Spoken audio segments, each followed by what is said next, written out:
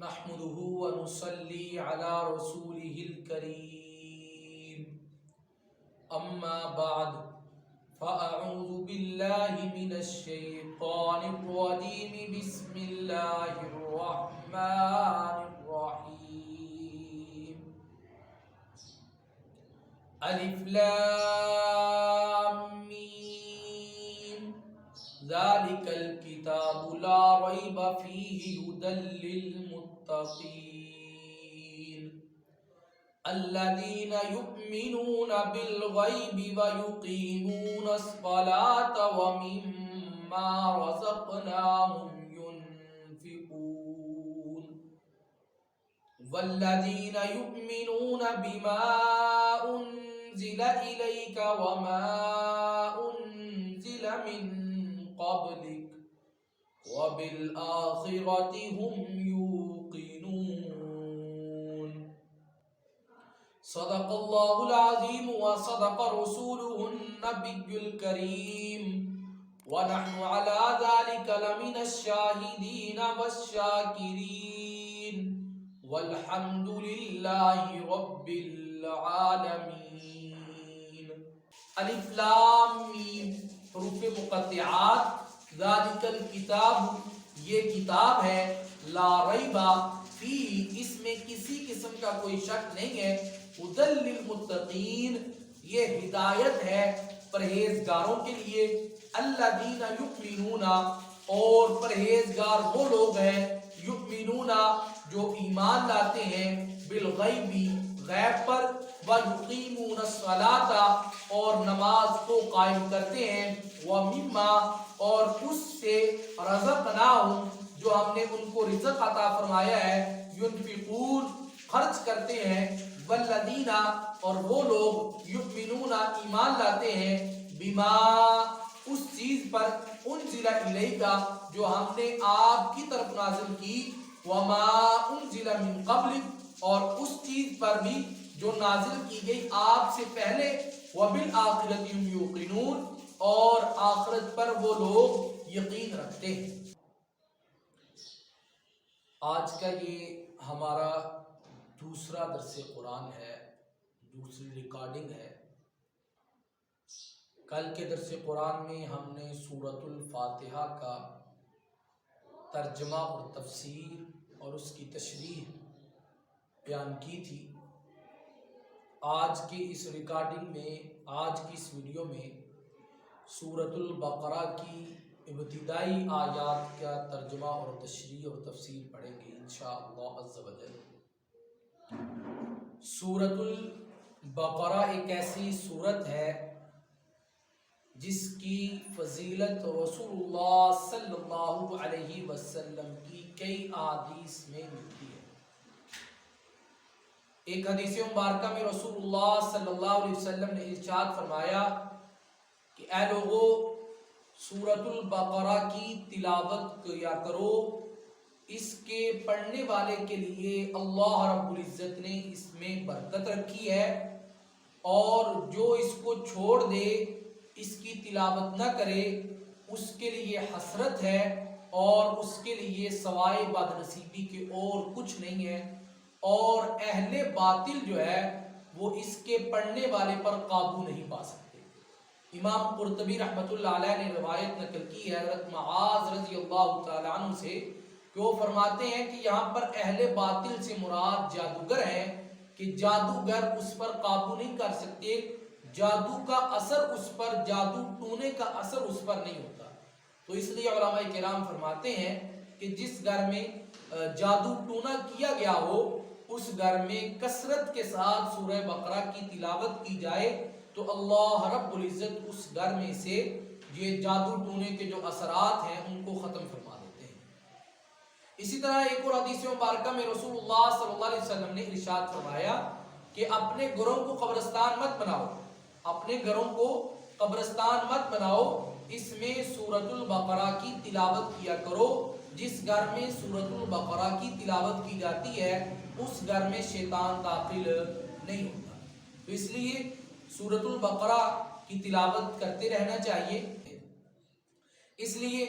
یہ سورۃ البقرہ ہے اور مدنی سورت ہے، تو سورۃ البقرہ کا بقرہ نام جو ہے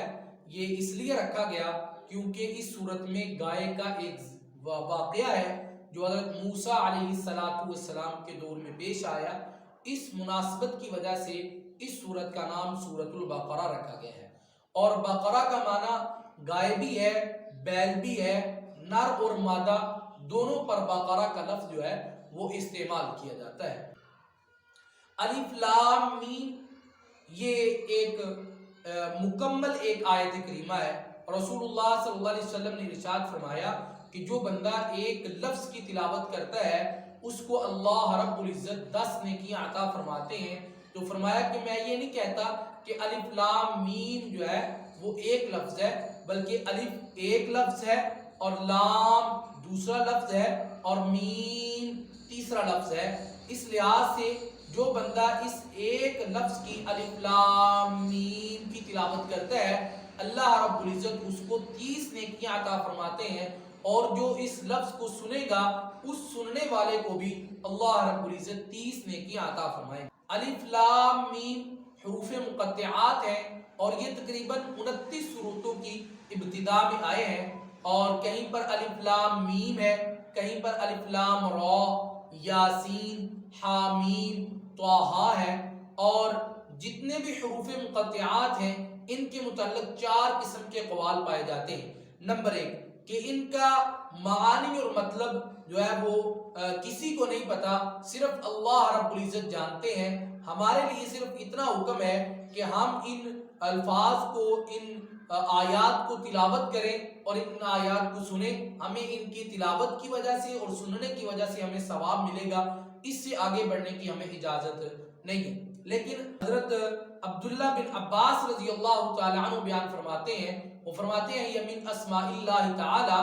یہ اللہ رب العزت کے نام ہے. اور پھر اس کے بعد جو ہے وہ اس میں 2 گروہ پائے جاتے ہیں. ایک گروہ کہتا ہے کہ یہ بعین ہی اللہ رب العزت کے نام ہے، اور دوسرا گروہ کہتا ہے یہ بعین ہی اللہ رب العزت کے نام نہیں بلکہ یہ ان کے مخفف ہیں، پورے نام نہیں ہے. جو گروہ کہتا ہے یہ اللہ رب العزت کے بعین ہی نام ہے، ان پر ایک اعتراض کیا جاتا ہے کہ جناب والا اگر یہ اللہ رب العزت کے نام ہے تو جو اللہ رب العزت کے 99 نام ہے واللہ الذی لا الہ الا هو الرحمن الرحیم الملک القدوس، ان 99 ناموں میں ان ناموں کا جو ہے وہ ذکر نہیں ملتا. تو ان کے لیے حافظ ابن کثیر رحمۃ اللہ علیہ نے اپنی تفسیر ابن کثیر میں نقل کیا ہے. وہ فرماتے ہیں کہ اللہ رب العزت کے جو مشہور نام ہے وہ صرف 99 نام ہے، لیکن غیر مشہور بھی اللہ رب العزت کے نام ہے جن کی تعداد جو وحی کے ذریعے سے نازل ہوئے ہیں ان کی تعداد کم از کم 5000 کے قریب ہے. اور جن کا جو تذکرہ ہے وہ قرآن مجید کے علاوہ باقی دیگر کتابیں جو ہے وہ صحائف ہیں، ان میں ان کا ذکر جو ہے وہ ملتا ہے. اس لحاظ سے فرماتے ہیں کہ صرف مشہور نام 99 ہے، غیر مشہور اور بھی ہے. اس لحاظ سے جو لوگ جن کا یہ اعتراض تھا کہ بھئی یہ اللہ رب العزت کے نام ہے تو ان 99 ناموں میں ان کا ذکر کیوں نہیں ہے، ان کا یہ اعتراض رفع ہو گیا. دوسرا وہ گروہ ہے جو یہ کہتا ہے کہ یہ اللہ رب العزت کے بعین ہی نام نہیں ہے بلکہ ان کا مخفف ہے. جیسے الف لام میم، الف سے مراد اللہ اور لام سے مراد لطیف ہے، اور لطیف اللہ رب العزت کا صفاتی نام ہے. اللہ رب العزت کا جو ذاتی نام ہے وہ اللہ جل جلالہ ہے. اس کے علاوہ بھی اللہ رب العزت کے دیگر صفاتی نام ہیں جیسے رحمان ہے، رحیم ہے. عملیات کے ماہر بتلاتے ہیں کہ جس مرد یا عورت کی شادی نہ ہو رہی ہو، اس کی شادی میں کوئی رکاوٹ پیش آ رہی ہے، تو فرمایا کہ یا رحمان، یا کریم اور یا لطیف، ان 3 الفاظ کا ورد کرے، ان 3 الفاظ کا ذکر کرے، وظیفہ کرے، تو اللہ رب العزت اس کی جو رکاوٹ ہے اس کو دور فرما دیتے ہیں. اس کا طریقہ کار سماعت فرما لے کہ اپنا نام اور اپنی والدہ کا نام، اپنا نام اور اپنی والدہ کے نام کے جو لفظ ہیں، حروف ہیں، ان کو کاؤنٹ کر لے، ان کی گنتی کرے، اور جتنے حروف بنتے ہیں ان کی مقدار کے برابر کسی بھی ایک نماز کے بعد 41 دن تک لگاتار جو ہے وہ اپنا نام اور اپنی والدہ کے نام کے جو حروف ہے ان کی مقدار کے برابر جو ہے وہ یہ وظیفہ کرنا ہے، یا رحمان، یا کریم اور یا لطیف۔ تو اللہ رب العزت جو ہے وہ اس کی شادی میں جو رکاوٹ پیش آ رہی ہے اس کو دور فرما دیتے ہیں۔ اسی طرح جس کی کسی کے ساتھ عداوت ہے، دشمنی چل رہی ہے، تو وہ دشمنی ختم کرنا چاہتا ہے تو فرمایا اس کے لیے اللہ رب العزت کے جو صفاتی ناموں میں سے یا رحیم، یا کریم اور یا ودود ہیں، ان کا وظیفہ کرے تو اللہ رب العزت دو مسلمانوں کے درمیان یا دو مسلمان گروہوں کے درمیان اللہ رب العزت صلح فرما دیتے ہیں، عداوت اور دشمنی کو ختم فرما دیتے ہیں۔ تو اس لیے یہ وظائف ہے، ان کو بھی کیا جائے، اللہ رب العزت تمام مسلمانوں کی تمام مشکلات کو دور فرمائے۔ فرمایا کہ ذالک الکتاب لا ریب فی، ذالک الکتاب یہ کتاب ہے، لا ریب فی اس میں کسی قسم کا شک نہیں۔ اب اعتراض کرنے والے یہ اعتراض کرتے ہیں کہ بھئی اس میں تو بہت سارے لوگوں نے شک کیا، جیسے اسی پارے کا دوسرا رکوع ہے، اس میں اللہ رب العزت ارشاد فرماتے ہیں کہ اگر تم اس کتاب میں شک کرتے ہو تو لاؤ اس جیسی کوئی ایک صورت لے آؤ، پھر ایک مقام پر فرمایا اس جیسی چند ایک آیات لے آؤ۔ تو اعتراض کرنے والوں نے تو اعتراض کیا، تو اب اس کا کیا مطلب ہے کہ اس میں شک نہیں ہے؟ میں اس میں قطعی طور پر کوئی شک و شبہ والی بات نہیں ہے، کوئی کجی نہیں ہے، لیکن جو شک ہے وہ ان لوگوں کے ذہنوں میں شک ہے، جیسے ایک خاص عادت کا آدمی جب اس کو بخار ہو جائے تو اس کو شہد کی جو حقیقت ہے وہ یہ ہے کہ وہ میٹھا ہوتا ہے، لیکن جب اس بخار والے آدمی کو کھلایا جائے، پلایا جائے، تو وہ آدمی کہتا ہے کہ بھئی یہ شہد جو ہے وہ کڑوا ہے۔ اب شہد کڑوا نہیں ہے بلکہ اس کی طبیعت، اس کا مزاج کڑوا بن چکا ہے، اس لیے اس کو کڑوا کہہ رہا ہے۔ اسی طرح جو بینگا آدمی ہوتے ہیں اس کے سامنے کہا جائے کہ یہ کتنے ہیں تو وہ کہتا ہے 2، حقیقت میں یہ ایک ہے، لیکن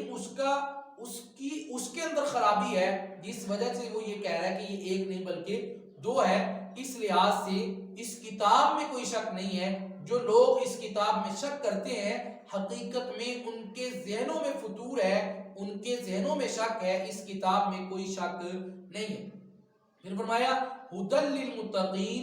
یہ کتاب ہدایت ہے پرہیزگاروں کے لیے۔ اب یہاں پر بھی اعتراض کیا جاتا ہے کہ یہ کتاب اللہ رب العزت ارشاد فرما رہے ہیں پرہیزگاروں کے لیے ہدایت ہے، اس میں کون سی کمال والی بات ہے؟ کمال کی بات تو یہ تھی کہ یہ کتاب نافرمانوں کے لیے ہدایت ہوتی، جو راہ سے بھٹکے ہوئے ہیں ان کے لیے ہدایت ہوتی، غیر مسلموں کے لیے ہدایت ہوتی، اس میں کون سی بات ہے؟ تو اسی بارے میں اللہ رب العزت ارشاد فرماتے ہیں شہر رمضان الذی انزل فیہ القرآن ھدی للناس، کہ یہ کتاب جو رمضان المبارک کے مہینے میں اتاری گئی یہ تمام لوگوں کے لیے ہدایت ہے، لیکن ہدایت تمام لوگوں کے لیے ہے، لیکن جو اس سے فائدہ اٹھانے والے ہیں، نفع اٹھانے والے ہیں، اس سے علم حاصل کرنے والے ہیں، اپنی زندگی کو سیدھے راستے پر چلانے والے ہیں، وہ پرہیزگار لوگ ہیں۔ جس طرح بارش ہوتی ہے، بارش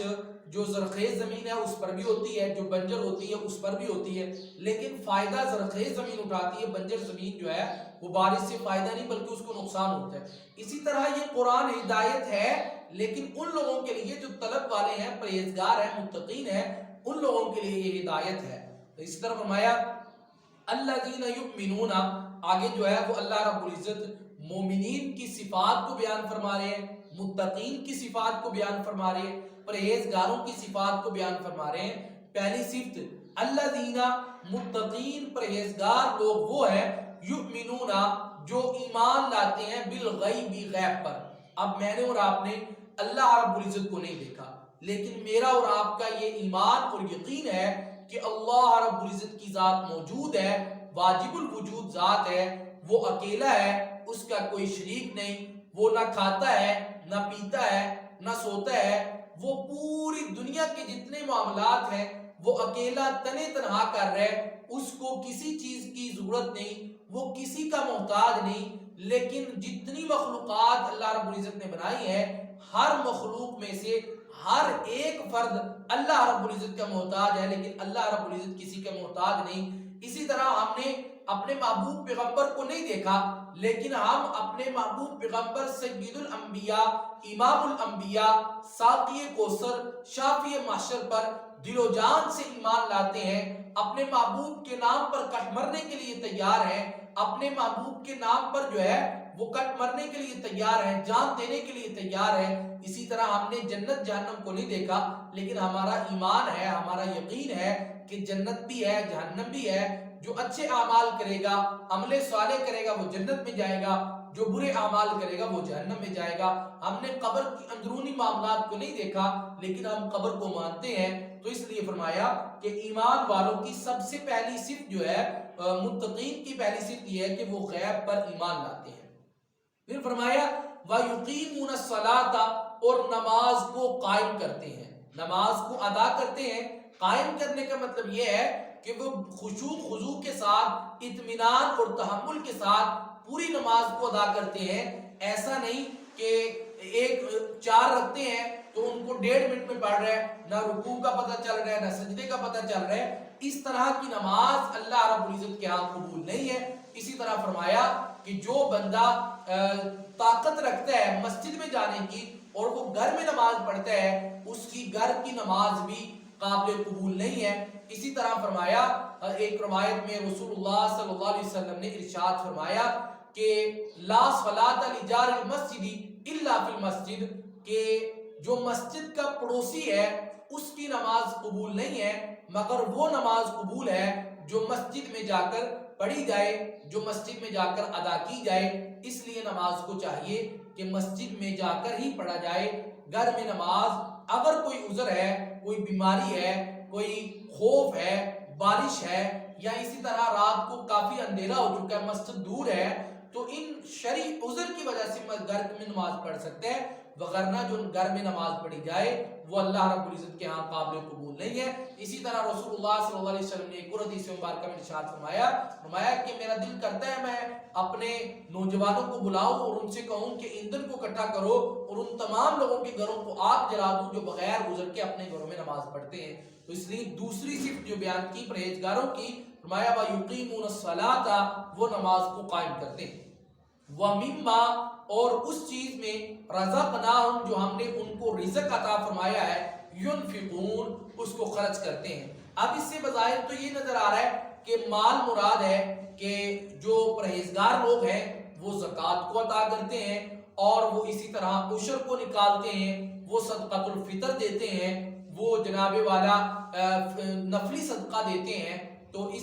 صرف اس سے مراد، فرمایا امام اہل سنت حضرت مولانا سرفراز خان صاحب رحمۃ اللہ علیہ نے لکھا ہے کہ فرمایا کہ اس سے مراد صرف اور صرف مال نہیں، بلکہ اس سے مراد ہر وہ نعمت ہے جو اللہ رب العزت نے مجھے اور آپ کو عطا فرمائی ہے، اس میں سے اللہ رب العزت کی رضا کے لیے لوگوں میں تقسیم کرنا، اس کو ہے کہ مما رزقناہم ينفقون۔ اگر اللہ رب العزت نے کسی کو علم عطا فرمایا ہے، یہ بھی اللہ رب العزت کی طرف سے عطا کردہ نعمت ہے، اب اس کا حق یہ بنتا ہے کہ اب اس علم کے ذریعے سے لوگوں کو فائدہ پہنچائے۔ اللہ رب العزت نے کسی کو طاقت دی ہے، وجود دیا ہے، اب اس کا یہ حق بنتا ہے کہ اب اس وجود کے ذریعے سے، اس طاقت کے ذریعے سے لوگوں کو فائدہ پہنچائے۔ کسی کو اللہ رب العزت نے مال جیسی نعمت عطا فرمائی ہے، اب اس کا یہ حق بنتا ہے کہ اس کے ذریعے سے لوگوں کی مدد کرے، لوگوں کی ہیلپ کرے۔ صرف یہ مطلب نہیں کہ مال میں سے صرف زکوٰۃ ہی دینی ہے، عشر ہی نکالنا ہے،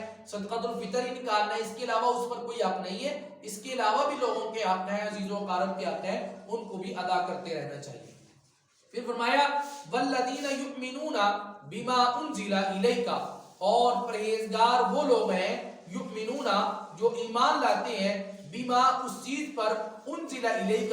جو نازل کی گئی ہے، الیک، آپ کی طرف۔ اس سے مراد رسول اللہ صلی اللہ علیہ وسلم ہے کہ رسول اللہ صلی اللہ علیہ وسلم کی طرف جو نازل کی گئی ہے، اس سے مراد قرآن مجید بھی ہے اور رسول اللہ صلی اللہ علیہ وسلم کی احادیث مبارکہ بھی ہے۔ قرآن بھی اللہ کی جانب سے ہے، حدیث بھی اللہ کی جانب سے ہے۔ اس میں فرق صرف اتنا ہے، قرآن مجید اللہ رب العزت کی جانب سے ہے، اللہ کا کلام ہے، اللہ رب العزت کی طرف سے الفاظ بھی اس کے اللہ کی طرف سے ہیں، اور معانی اور مفہوم بھی اللہ رب العزت کی طرف سے ہیں، اور جو حدیث ہے یہ بھی اللہ رب العزت کی طرف سے ایک وحی کا ذریعہ ہے، لیکن اس کے جو معانی اور مفہوم ہے وہ اللہ رب العزت کی طرف سے ہے، لیکن جو اس کے الفاظ ہیں وہ رسول اللہ صلی اللہ علیہ وسلم نے اپنے جو تلفظ فرمائے وہ الفاظ ہیں۔ حضرت جبرائیل علیہ السلام وحی لے کر آئے، اگر وہ قرآن ہے تو اس کے الفاظ بھی وہی ہیں اور اس کے معنی مفہوم بھی وہی ہے، اور اگر وہ حدیث ہے تو حضرت جبرائیل علیہ السلام نے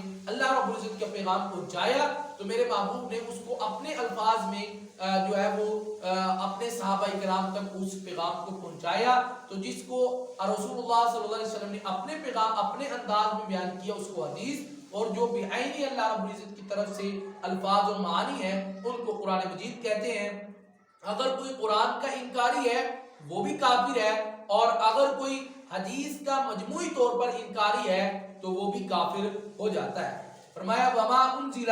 من قبلک وبالآخرۃ هم یوقنون، وما انزل من قبلک، اور جو نازل کیا گیا ہے من قبلک آپ سے پہلے، یعنی کہ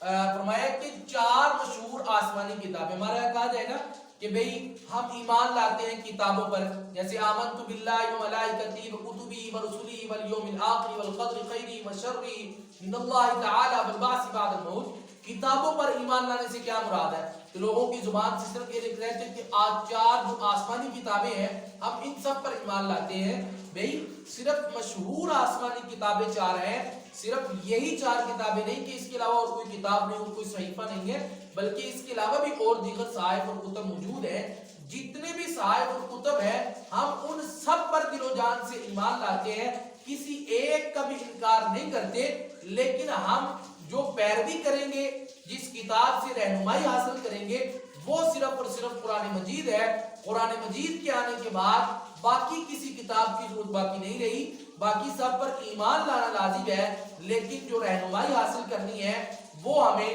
صرف اور صرف قرآن مجید سے ہی ملے گی۔ پھر فرمایا لاسٹ پر فرمایا وبالآخرۃ هم یوقنون، اور وہ لوگ جو متقین ہیں پرہیزگار ہیں وہ آخرت پر یقین رکھتے ہیں کہ آخرت برحق ہے۔ میں نے اور آپ نے ایک نہ ایک دن کل نفس ذائقۃ الموت، ایک نہ ایک دن موت کا ذائقہ چکھنا ہے، قبر میں جانا ہے، قبر کے بعد قبر کی جو تمام معاملات ہیں وہ بھی ہوں گے، اور اس کے بعد ہمیں اٹھایا جائے گا، ہم سے حساب کتاب ہوگا۔ ہر بندہ اپنے گناہوں کی بدولت جب سورج سوا نیزے پر ہوگا، اپنے گناہوں کی بدولت پسینے میں شرابور ہوگا، تو اس لیے فرمایا کہ وہ لوگ آخرت پر یقین رکھتے ہیں، ایمان رکھتے ہیں۔ اللہ رب العزت سے دعا ہے کہ جو کچھ کہا گیا ہے سنا گیا ہے اس پر عمل کرنے کی توفیق عطا فرمائے۔